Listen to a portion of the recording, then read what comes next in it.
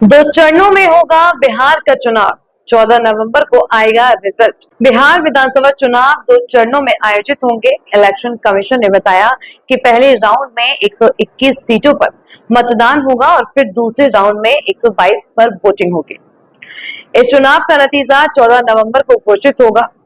बिहार विधानसभा चुनाव 2 चरणों में आयोजित होंगे। इलेक्शन कमीशन ने बताया कि पहले राउंड में 121 सीटों पर मतदान होगा और फिर दूसरे राउंड में 122 पर वोटिंग होगी।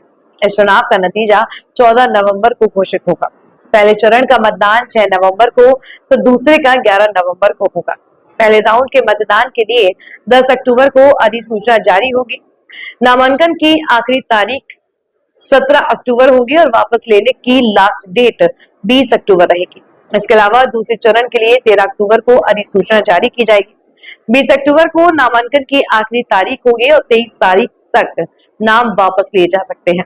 बिहार विधानसभा चुनाव की तारीखों का ऐलान इलेक्शन कमीशन की ओर से हो रहा है। देश के मुख्य निर्वाचन आयुक्त ज्ञानेश कुमार ने कहा कि बिहार में 7 करोड़ 42 लाख मतदाता वोट डालेंगे।